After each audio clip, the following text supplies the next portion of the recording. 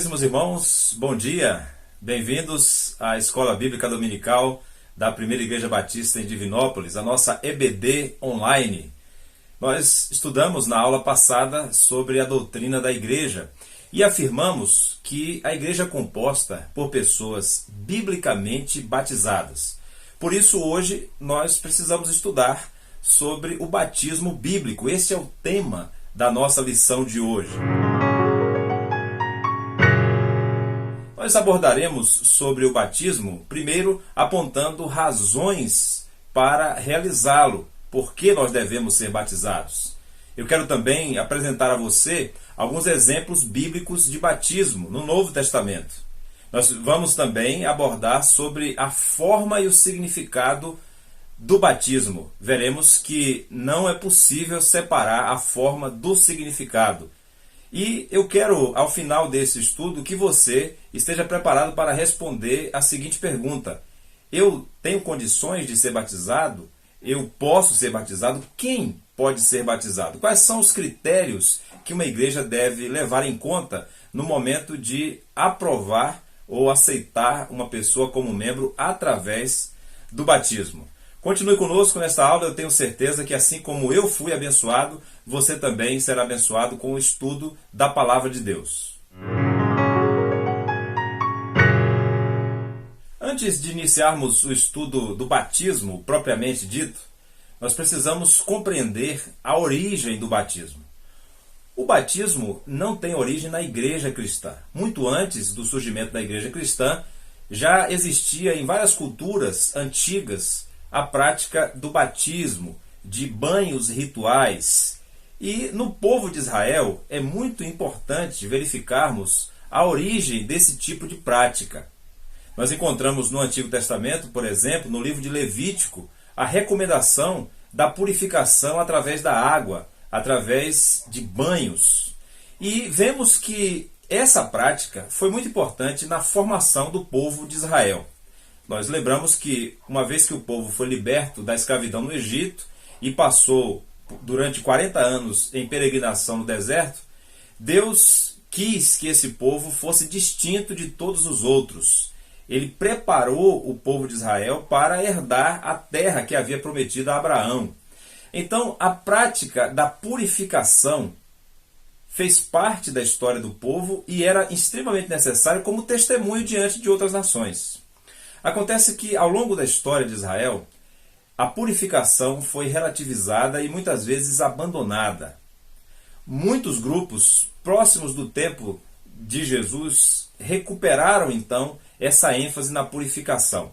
Nós podemos citar, por exemplo, os essênios, um grupo radical que entendia que não era suficiente o legalismo e o cerimonialismo, ou seja, não bastava seguir a lei estritamente e também participar de sacrifícios e cerimônias no templo para se purificar o suficiente para preparar a vinda do Messias. Eles foram para o deserto e recuperaram práticas de purificação antigas, remontando ao Levítico.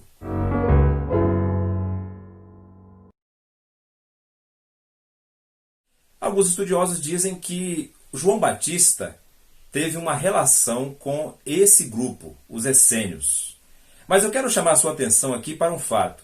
Muito antes de João Batista iniciar a sua pregação, que foi a preparação para a vinda de Jesus, houve então uma prática de purificação através do batismo. A ideia de que o batismo, por si só, o banho ritual, tinha a propriedade de purificar os pecados. João Batista, então, vai romper com isso ou superar essa prática, apresentando o batismo definitivo, que era, na verdade, o batismo da consciência, porque João batizava mediante arrependimento.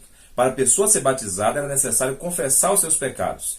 O que João estava propondo, então, era um batismo definitivo, ou seja, agora, como nunca, você precisa tomar uma decisão pessoal e se preparar para entrar no reino do Messias. João anunciava então que o rei Messias havia chegado e o seu reino seria instaurado. O que fazer então para entrar nesse reino? Você precisava tomar uma decisão pessoal, era isso que João dizia.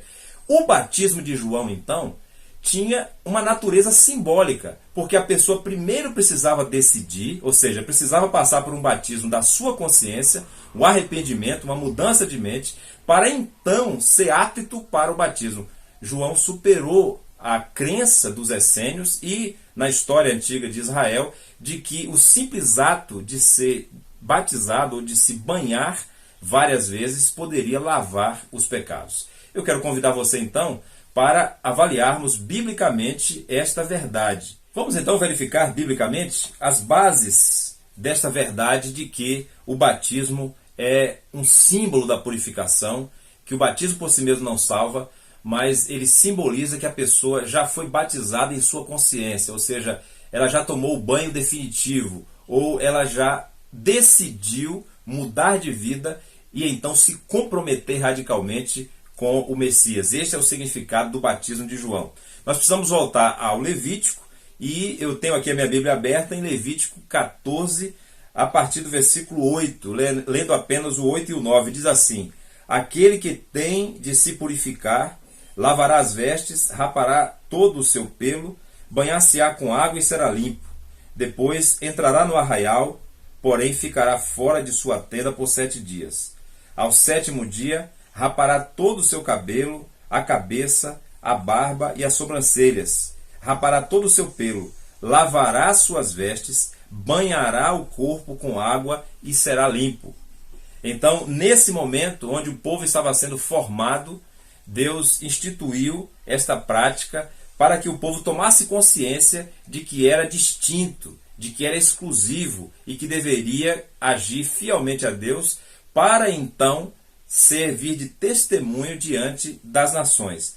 Essa prática, como eu disse, foi relativizada. E quando nós chegamos aqui em Mateus capítulo 3, nós vemos João Batista pregando como último profeta a mensagem final para a chegada do reino de Deus.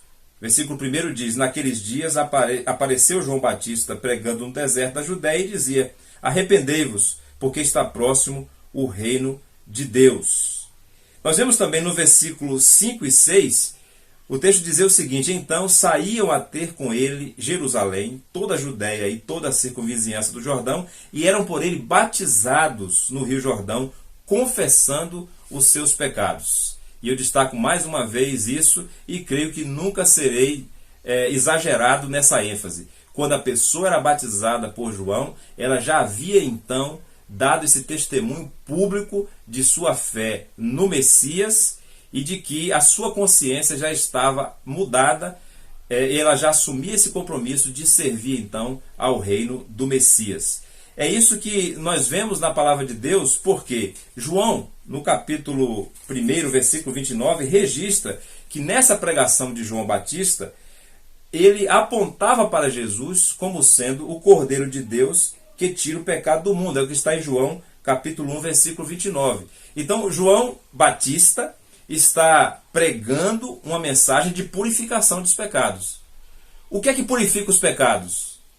A água do Jordão? O banho? A cerimônia? Não. Jesus, como o Cordeiro de Deus, o Agnus Dei, é quem purifica dos pecados. É necessário, então, crer que ele é o Messias enviado por Deus para receber a purificação. O batismo, então, é um testemunho desta mudança de mente, dessa decisão pessoal. Nós vemos isso na palavra de Deus também quando encontramos o autor aos Hebreus, no capítulo 10, falar que Jesus realmente é a oferta definitiva para a purificação dos pecados. Veja em Hebreus 10, versículo 11, o seguinte: ora, todo sacerdote se apresenta dia após dia a exercer o serviço sagrado e a oferecer muitas vezes os mesmos sacrifícios, que nunca jamais podem remover os pecados. O versículo 14 diz: porque com uma única oferta aperfeiçoou para sempre quantos estão sendo santificados. Enquanto os sacerdotes repetiam sacrifícios que eram incapazes de purificar, nenhum ritual tem essa capacidade, o Senhor Jesus ofereceu uma vez por todas uma oferta única, definitiva. O versículo 18 diz: ora, onde há remissão destes, já não há oferta pelo pecado. O Cordeiro de Deus que tira o pecado do mundo foi oferecido uma única vez. Esse sacrifício perfeito é que purifica dos pecados. E como é que nós recebemos essa purificação? É através do batismo? Não. É através da fé. Veja o que o apóstolo Paulo escreveu aos Filipenses capítulo 3, versículos 8 e 9. Filipenses 3, 8 e 9. Sim, deveras considero tudo como perda por causa da sublimidade do conhecimento de Cristo Jesus, meu Senhor, por amor do qual perdi todas as coisas e as considero como refúgio para ganhar a Cristo e ser achado nele, não tendo justiça própria que procede da lei, senão a que é mediante a fé em Cristo. A justiça que procede de Deus, baseada na fé. A questão aqui é a purificação dos pecados. Como é que ela acontece? Na prática pastoral, eu tenho visto e tenho testemunhado disso. As pessoas crendo que através do batismo elas serão purificadas de seus pecados. Eu até brinco para descontrair e para tentar ensinar de uma forma mais didática isso às pessoas. Eu digo assim, olha, imaginem se a água do batistério lavasse dos pecados. Todos aqueles batizados pelo pastor deixariam seus pecados ali na água, coitado do pastor, seria contaminado com os pecados de todos.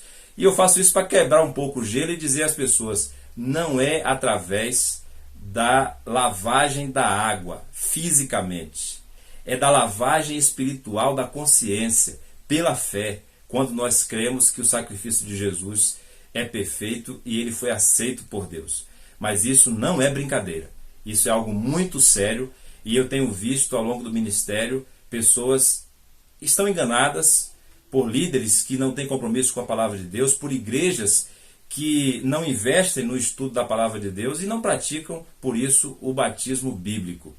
A cultura religiosa do Brasil é marcada por aquilo que os teólogos chamam de regeneração batismal. A crença de que aquela criança, por exemplo, que é levada pelos pais para ser batizada, está sendo regenerada, está recebendo o perdão dos seus pecados. Ou a pessoa, já na fase adulta, recebe então a bênção de Deus, uma unção especial. O batismo para ela tem um poder mágico de purificá-la, de torná-la apta a ter um relacionamento com Deus. Isso é muito sério e eu quero alertar você para, de uma vez por todas, aprender à luz da palavra de Deus que o batismo não salva. João Batista já superou isso. Nós não precisamos recuar ao tempo da formação do povo de Israel. Foi necessário lá no deserto, no Levítico.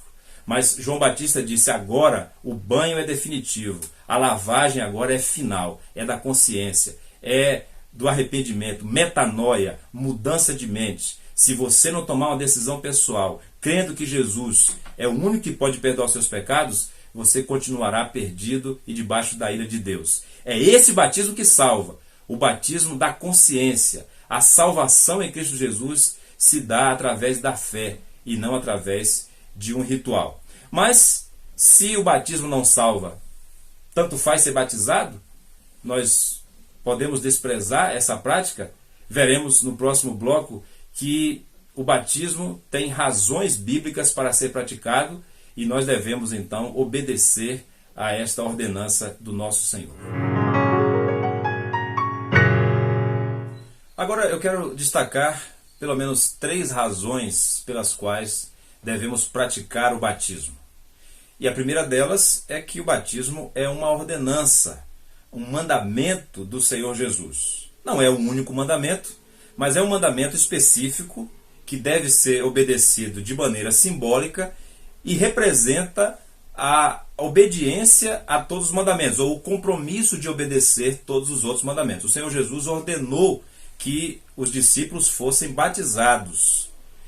Também devemos entender que esta ordem de Jesus está associada à formação da igreja. Por que batizar os novos discípulos? Porque com o ato do batismo, a pessoa é inserida na igreja local. Vimos isso na aula sobre a igreja. E a igreja local, ela é identificada através da sua membresia. Para se tornar membro da igreja, a pessoa deve ser batizada. O batismo, então, deve ser praticado porque, através dele, a pessoa é inserida no corpo local. E uma outra razão, eu creio que é muito importante você levar em conta, que o batismo é um testemunho público da fé pessoal e do compromisso com Cristo. O batismo ele não deve ser secreto, como os essênios faziam lá no deserto. O batismo deve ser público. Você deve convidar sua família, os seus amigos, colegas de trabalho, e com aquele gesto você estará compartilhando então da sua fé.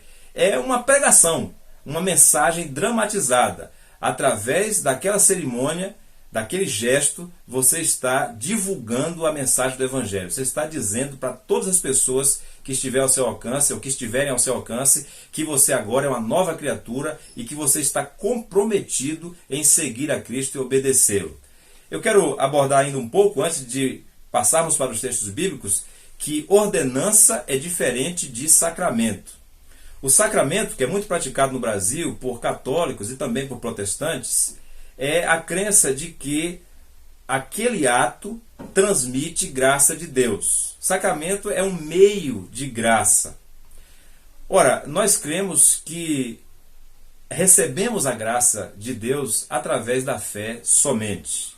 E que o batismo ele tem uma natureza simbólica. É uma ordenança que deve ser praticada para identificar a igreja em sua formação e servir de testemunho. Mas a sua natureza é simbólica. O batismo não está transferindo graça, não está concedendo um poder mágico à pessoa. A pessoa não é mais santa depois de batizada. Muitas pessoas me abordam nesse sentido quando estamos numa classe como a classe Nova Vida, dizendo, olha, depois do meu batismo eu serei uma nova criatura, depois do meu batismo eu serei uma pessoa melhor. Não, o batismo em si não vai dar a você poder algum que não tenha sido recebido antes pela fé exclusivamente em Cristo como Senhor e Salvador da sua vida.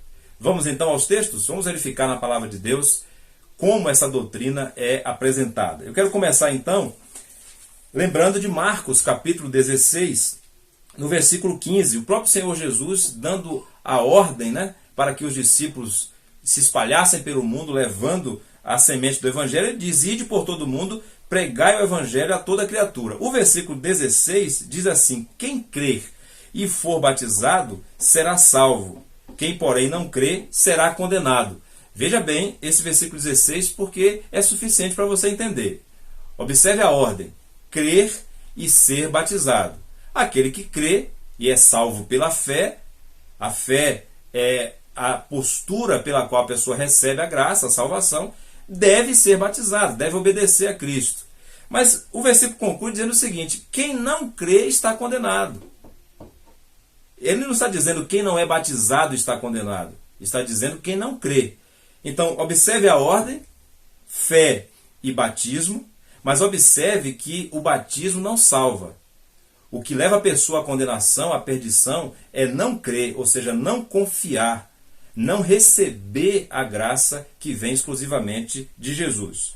Vamos adiante então, lembrar também dessa mesma comissão, ou deste mandato de Jesus aos discípulos em Mateus capítulo 28, versículo 19 e 20. Diz assim, ide, portanto, fazer discípulos de todas as nações, batizando-os em nome do Pai, do Filho e do Espírito Santo, ensinando-os a guardar todas as coisas que vos tenho ordenado, e eis que estou convosco todos os dias até a consumação dos séculos.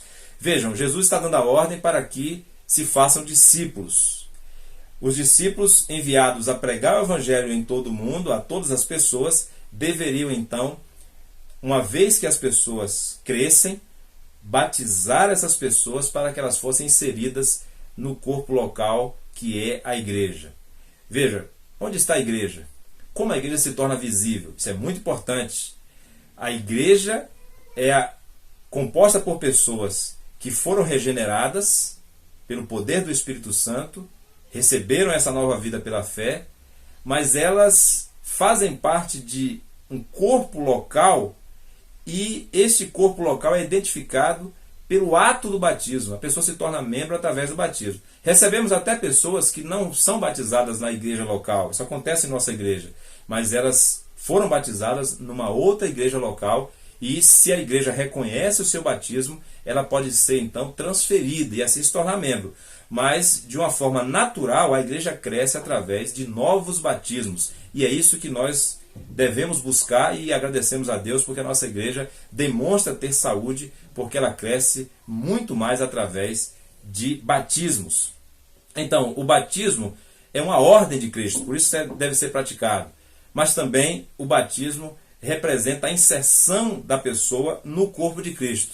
Eu quero agora chamar a sua atenção para Atos dos Apóstolos, capítulo 2, quando nós vemos que a igreja de Jerusalém, a primeira igreja que foi formada depois do Pentecostes, depois da ascensão de Cristo, nós vemos a igreja sendo formada através do batismo. Versículo 38 do capítulo 2 diz: respondeu-lhes Pedro, arrependei-vos, ou seja, sejam batizados na consciência, o banho definitivo, o batismo final, e cada um de vós seja batizado em nome de Jesus Cristo para a remissão dos vossos pecados e recebereis o dom do Espírito Santo. O versículo 41 diz: então os que lhe aceitaram a palavra foram batizados, havendo um acréscimo naquele dia de quase 3.000 pessoas. A igreja é formada pelo batismo, por pessoas biblicamente batizadas. E a igreja, então, pode dar o testemunho de que só Jesus Cristo salva.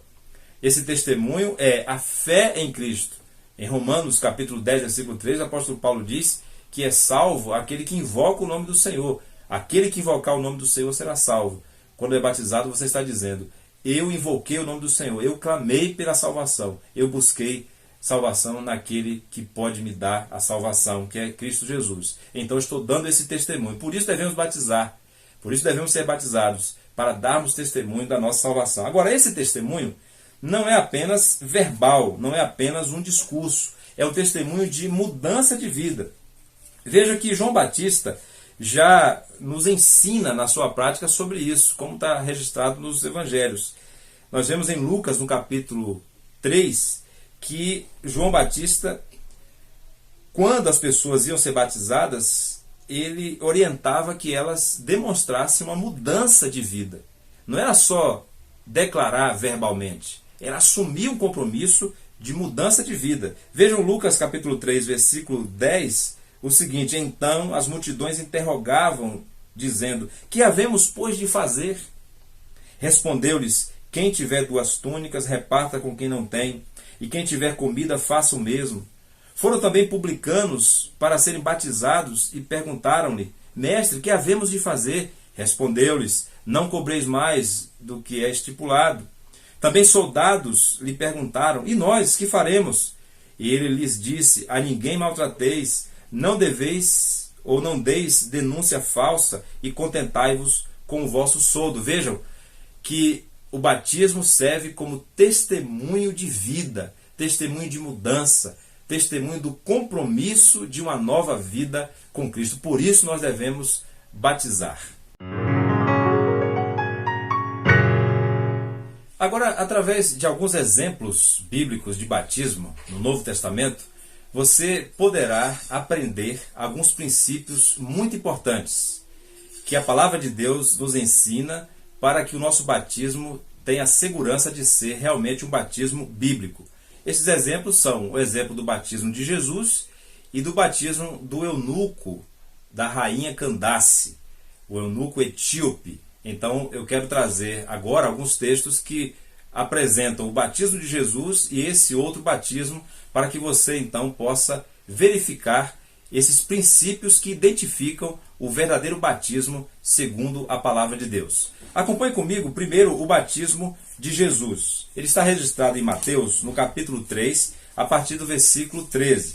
É curioso que Jesus se aproxima de João Batista e, como nós já identificamos, o evangelista João aponta para Jesus dizendo que ele era o Cordeiro de Deus que tirava o pecado do mundo. Então João tem consciência de que ele é o Salvador. Jesus então é que tiraria o pecado de todo mundo. E quando Jesus se aproxima para ser batizado, João quer recusar e dizer: olha, eu não sou digno de batizá-lo, eu que deveria ser batizado por você. Jesus diz: deixa por enquanto, versículo 15, porque assim convém cumprir toda a justiça. Então ele o admitiu. Jesus então está se colocando diante de João, reconhecendo-o como profeta, reconhecendo que sua mensagem é a mensagem de abertura, de inauguração do reino de Deus, autenticando o seu ministério e se colocando na posição de servo para servir de exemplo para os seus discípulos, para todos nós. Então, João tem consciência que Jesus não está sendo batizado para receber a purificação dos pecados. Jesus também tem essa consciência. Por que então Jesus foi batizado? Assim, a Bíblia está nos ensinando que o batismo de Jesus teve uma natureza simbólica. Foi apenas representativo para comunicar uma mensagem. Vamos ver a sequência do texto. Batizado Jesus, logo saiu da água, e eis que se lhe abriram os céus, e viu o Espírito de Deus descendo como pomba, vindo sobre ele. E eis uma voz do céu que dizia: Este é meu Filho amado, em quem me comprazo. O batismo tem natureza simbólica. Por quê? Jesus não tinha pecado, ele não entrou nas águas do Jordão para receber o batismo de João Batista para purificação de seus pecados. Aprendemos então que, biblicamente, a partir do batismo de Jesus, o batismo não purifica dos pecados. Veja comigo, primeira epístola de João, capítulo 3, versículo 5. Sabeis também que ele se manifestou para tirar os pecados, e nele não existe pecado. Ele que nunca pecou, foi batizado para dar testemunho, para servir de exemplo, para dizer a todos naquele momento e a todos nós ao longo de toda a história: esta mensagem deste profeta é a mensagem necessária para que a pessoa se convença do seu pecado e seja batizada em sua consciência, mude de mente e assim esteja apto para entrar no reino de Deus. O batismo nas águas serve então como testemunho desta mudança. Vemos também um outro exemplo de batismo no Novo Testamento. É o batismo do eunuco etíope. O versículo 26 do capítulo 8 de Atos começa dizendo que um anjo do Senhor falou a Filipe, dizendo: Dispõe-te e vai para o lado do sul, no caminho que desce de Jerusalém a Gaza. Este se acha deserto. Ele se levantou e foi. Eis que um etíope, eunuco, uma espécie de primeiro-ministro, alto oficial de Candace, rainha dos etíopes, o qual era superintendente de todo o seu tesouro, que viera adorar em Jerusalém, estava de volta e assentado no seu carro, vinha lendo o profeta Isaías. Esse homem muito importante era um prosélito, um judeu convertido. Não era judeu de nascimento, mas era convertido ao judaísmo. Ele estava lendo o profeta Isaías, mas precisava que alguém lhe explicasse o que significava. É o que diz o versículo 34 e diante. Então o eunuco disse a Filipe: Peço-te que me expliques a quem se refere o profeta. Fala de si mesmo ou de outro? Então Filipe, versículo 35, explicou e, começando por esta passagem da Escritura, anunciou-lhe a Jesus. Filipe então explica para aquele homem que Jesus é que purifica. Jesus é quem tira o pecado de todo mundo. Eles seguiram no caminho e eis que chegou um lugar onde havia água, diz o versículo 36. Ele então pergunta: o que me impede de ser batizado? O que nos mostra que Filipe também já havia ensinado sobre o batismo bíblico para aquele homem. Chegado então diante da água, aqui eu recorro ao Dr. Luiz Saião, que afirma que, como o caminho era o caminho do mar, ele provavelmente tenha sido batizado no mar Mediterrâneo, porque ali tinha abundante água. Versículo 37, então, Filipe responde dizendo assim: é lícito se crês de todo o coração.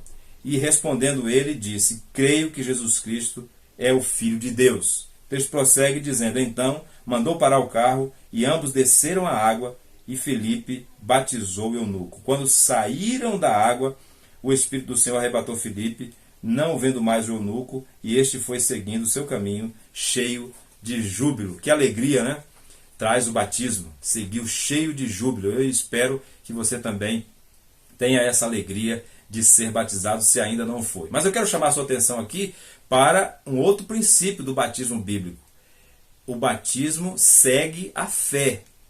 Filipe disse ao eunuco: É lícito, é permitido, se você crê de todo o seu coração. Então, o critério bíblico para o batismo é a fé, a profissão pública de fé, a declaração da fé pessoal.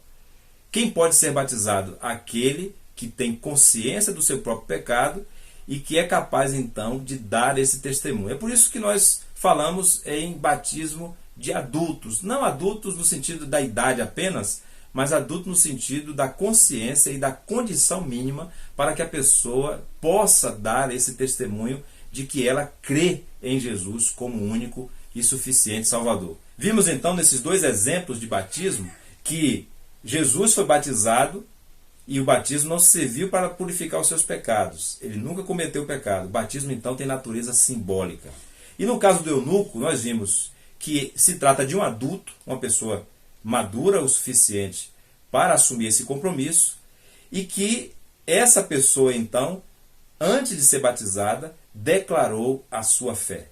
O critério bíblico para o batismo é o critério da fé pessoal e pública no Senhor Jesus Cristo. Muito bem, vamos prosseguir agora, tratando sobre a relação entre a forma e o significado do batismo. Muitos irmãos em Cristo, sinceramente, defendem que a forma não é o importante. O que importa é o significado. Relativizam a forma porque dizem que o que importa é conhecer o significado bíblico do batismo. Eu quero aqui levantar um contraponto e dizer que a forma é sim importante porque existe uma forma que traduz e comunica melhor o significado do batismo. E esta forma é a imersão, o mergulho. Primeiro porque a palavra batismo não foi traduzida para o português. Batismo no grego foi transliterada para baptismo e depois passou a se usar batismo. Mas qual o significado dessa palavra no original para que possamos fazer uma tradução?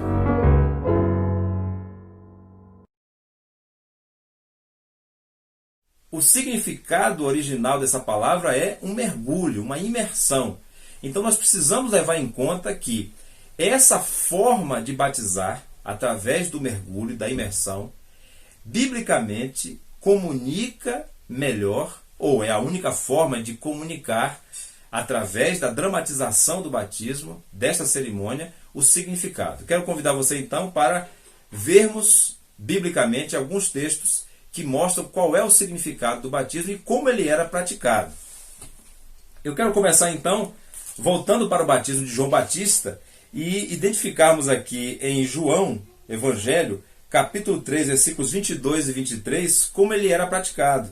Depois disso, foi Jesus com seus discípulos para a terra da Judéia, ali permaneceu com eles e batizava. Ora, João estava também batizando em Enom, perto de Salim, porque havia ali muitas águas, e para lá corria o povo e era batizado.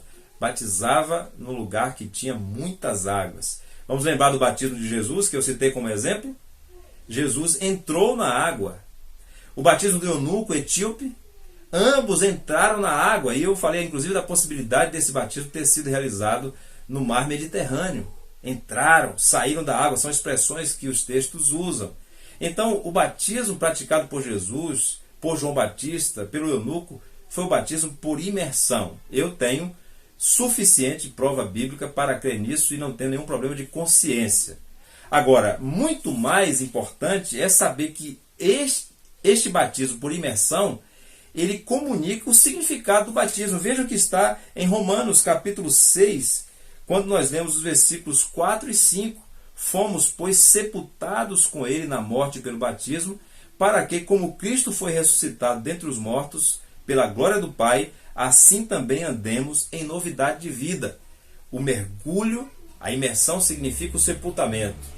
E a emersão significa a ressurreição com Cristo, a nova vida com Cristo. Porque se fomos unidos com ele na semelhança da sua morte, diz o versículo 5, certamente o seremos também na semelhança da sua ressurreição. Então, a forma bíblica para o batismo é a imersão, porque essa forma foi a praticada por Jesus, pelos discípulos, e é a forma que comunica esse significado maravilhoso do batismo, que é o sepultamento, a morte, a ressurreição com Cristo. Então devemos batizar, sim, por imersão. E vamos concluir a aula de hoje respondendo a uma pergunta: quem pode ser batizado? Meu objetivo é que você faça essa reflexão pessoal. Eu tenho condições mínimas, biblicamente, para ser batizado? No nosso curso presencial, quando chegamos nesta lição, eu sempre oriento os alunos da classe a que reflitam e cheguem a uma decisão se, a partir do que já ouviram e que estudaram, podem então assumir esse compromisso e serem batizados. Não é definitivo, a pessoa tem a liberdade de ficar um pouco mais na classe ou quanto tempo quiser, mas é importante que neste ponto do nosso curso você já tenha condição de responder a essa pergunta. E eu quero responder da seguinte forma: primeiro, dizendo que o batismo bíblico é o batismo de crentes. Só aqueles que são crentes, que são salvos pela fé, que creem em Jesus como seu Salvador, devem ser batizados. A igreja deve receber essa confissão pública, essa declaração pessoal de fé, e então receber através do batismo, que será o símbolo da fé pessoal. Então o batismo bíblico é um batismo de crentes. Você crê? Então você pode ser batizado. Mas você precisa estar disposto a dar um testemunho público. Então o batismo tem como requisito também o compromisso da pessoa de testemunhar essa mudança de vida a partir da sua fé pessoal. E por isso a igreja local também deve aceitar esse testemunho. Um outro critério é que a igreja avalie se o estilo de vida da pessoa condiz com aquilo que ela recebeu no ensino, se o seu compromisso de vida já é resultado de uma mudança interior que aconteceu a partir do momento que ela creu em Cristo. Existe esse elemento também social. A pessoa então já está dando frutos dignos de arrependimento, como João Batista dizia, que deveriam ser produzidos, e só são produzidos quando, na verdade, a semente do Evangelho já começou a germinar e a gerar mudança de vida. Sobre o batismo de adultos, eu quero de novo enfatizar que nós não estamos tratando necessariamente de uma idade a partir da qual a pessoa se torna apta. Eu, por exemplo, fui batizado com 11 anos de idade, mas desde os 7 eu já havia crido em Jesus como meu único e suficiente Salvador e já tinha consciência do meu pecado. É por isso, inclusive, que nós devemos evangelizar crianças, porque as crianças, a partir de determinada idade, que nós chamamos de idade da razão, elas têm consciência do pecado. O que nós não podemos aceitar biblicamente é o batismo de recém-nascidos e a crença de que há uma regeneração através desse ritual. Mas se você já tem idade suficiente para crer em Cristo, ter consciência do seu pecado e testemunhar que já houve uma mudança em seu interior, eu creio que assim você estará apto para ser batizado, segundo o que a palavra de Deus ensina.